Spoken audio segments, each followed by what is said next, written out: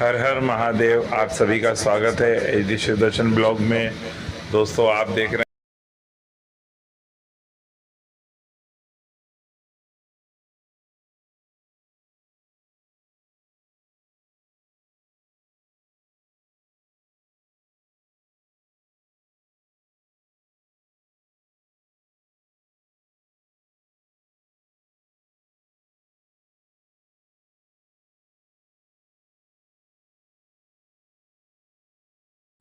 आपको विविध शास्त्रों का सार 5 मिनट में मिल गया।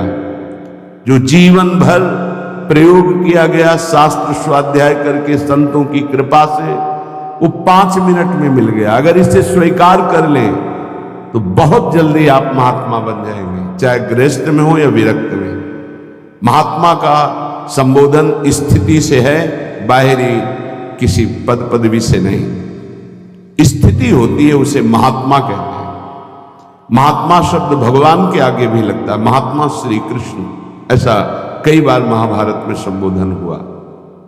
महापुरुष भगवान को कहते हैं, वंदे महापुरुष ते चरणारविंद। जो भगवान में तन्मय हो गया वो महात्मा, जो भगवान में भगवत भाव को प्राप्त कर लिया वो महापुरुष, अर्थात भगवान और भगवान के जनों में अभेद स्थिति हो जाती है। अगर ये आज जो चर्चा हो रही इसको आप अपने जीवन में नहीं धारण कर पा रहे तो दुर्भाग्य है, जलोगे, रोगे, परेशान कर देगा तुम्हें मन। इसको बहुत बार सुनना। एक एक शब्द ये अमृत है, ये जीवन का सार हम आपको बता रहे हैं। मन से लड़ने की ये युक्तियां हैं जिससे साधु अपने मन को भगवान में लगाकर शांत करता है।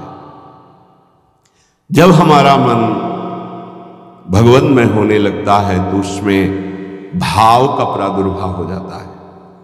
फिर ये जो अभाव है इसी से कामनाएं प्रकट होती हैं। शब्द को पकड़ना, मन में सुख का अभाव ही भोगों की कामना पैदा करता है। मन में भगवत भाव ही निर्विकारता की स्थिति प्रदान करता है। जब आप इन 4 सूत्रों का प्रयोग करके मन को भाव में ले आएंगे तो यही मन जो आपको रुलाता है यही नचा देगा। पायो जी पायो मैंने राम रतन धन पायो, नाच पड़ोगे कि वस्तु अमोलक दी मेरे सतगुरु, निष्दिन बढ़त सवायो, रात दिन आनंद बढ़ रहा है, सदगुरु ने निहाल कर दिया। किसी को ऐसा लगता हो कि हाथ रखने से ये विकार नष्ट हो जाते हैं, आज तक हमने कहीं शास्त्र में नहीं पाया ऐसा, कई संतों से ऐसा नहीं पाया। सबने उपदेश दे करके, कृपा शक्ति दे करके साधन में लगाया और उसको परिपक्व किया, उपासक को बलवान बनाया। अगर ये आशीर्वाद से होता तो उपदेश ना देकर सबके हाथ माथे पे रख देते, भगवान सबका मंगल करे, सब निर्विकार हो जाए। कभी ऐसा नहीं हुआ है, ना ऐसा हो सकता है। हम जब संतों के वचन पर श्रद्धा करते हैं और उसको स्वीकार करके आचरण में लाते हैं तो वही आशीर्वाद हो गया कि हमारा पुरुषार्थ सार्थक हो गया। हमारा प्रयत्न गुरुदेव के वचनों के अनुसार, प्रयत्न की शक्ति गुरु कृपा, तो आगे जो भक्ति का रंग वो गुरु कृपा, मोक्ष जो वो गुरु कृपा, भगवत साक्षात्कार गुरु कृपा। पर उसमें हमारी पूरी शक्ति उनकी आज्ञा पालन में लगी है, इसीलिए प्रधान कृपा हमारी हुई।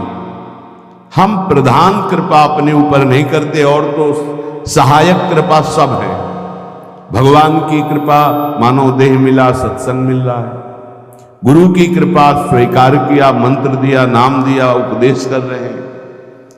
शास्त्र कृपा हमें सुलभ मार्ग, भगवत मार्ग, उससे नाना प्रकार के बचाव पक्ष की बातें, उसमें आसक्त होने की बातें दोनों बताई गई।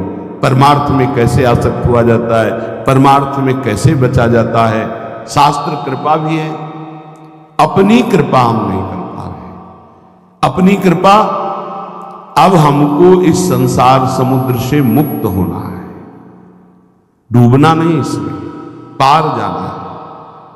अब मुझे वही करना है जो मेरे गुरुदेव कहते हैं, शास्त्र कहता है। अब इसके विपरीत नहीं, ये अपने ऊपर कृपा हो गई। कोई बिरला समझ पाता है गुरु कृपा को।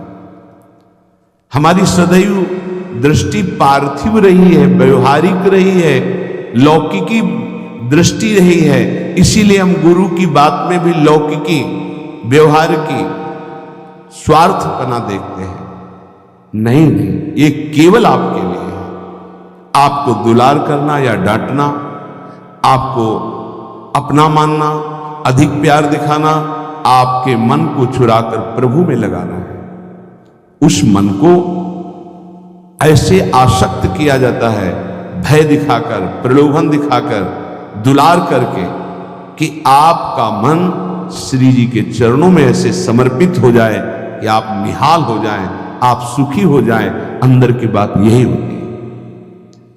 कभी सैकड़ों बार देख करके, मिल करके आपको दुलार करना, कभी वर्षों आपकी तरफ बिल्कुल न देखना, न संभाषण करना। क्या समझते हो आप? पहले आपको प्यार करते थे, अब नहीं करते। पहले आपको प्यार का व्यवहार दिखाई देता था, अब तुम्हारे ऊपर वास्तविक प्यार की वर्षा हो रही है, जो ना देखकर, ना बोलकर भी अंदर से चिंतन करते हुए तुम्हारी चित्त वृत्ति को भगवदाकार किया जा रहा है। कहीं तुम पांच भौतिक शरीर में आसक्त ना हो जाओ। अगर पांच भौतिक शरीर में आसक्त हो गए गुरु के, तो शरीर छूटने के बाद तुम्हारे मन में आएगा अब मैं अनाथ हो गया। नहीं, तुम ऐसे बलवान बनो, ऐसे गुरु आसक्त बनो कि तुम्हारे अविनाशी गुरुदेव का परिचय तुम्हें प्राप्त हो जाए। मेरे गुरुदेव प्रियाजू की नित्य सहचरी हैं, वो कैसे मर सकते हैं? वो हमारे भाव में है, वो हमारे संग हैं, हमारे आसपास हैं, वो जागृत में है, वो स्वप्न में है, वो सुषुप्त में है। मैं कभी अपने गुरुदेव से एक पल भी अलग नहीं होता। ये स्वरूप है। अध्यात्म को समझिए। कुछ व्यवहारिक साधक ऐसे हैं जो व्यवहार में राग द्वेष करते हैं। गुरुदेव व्यवहारिकी नहीं है, गुरुदेव परमार्थ वस्तु है। व्यवहार की लीला तुम्हारे साथ इसलिए हो रही कि तुम परमार्थ को जानते नहीं हो। जैसे बालक घुटनों के बल चलता है तो पिता घुटनों के बल हो जाता है, और उसके साथ साथ उसको सुख पहुंचाने के लिए वैसे ही चलते हुए बोलता है। इसका मतलब यह नहीं कि पिता बालक हो गया, वो केवल बालक के लिए वो ऐसा बना है।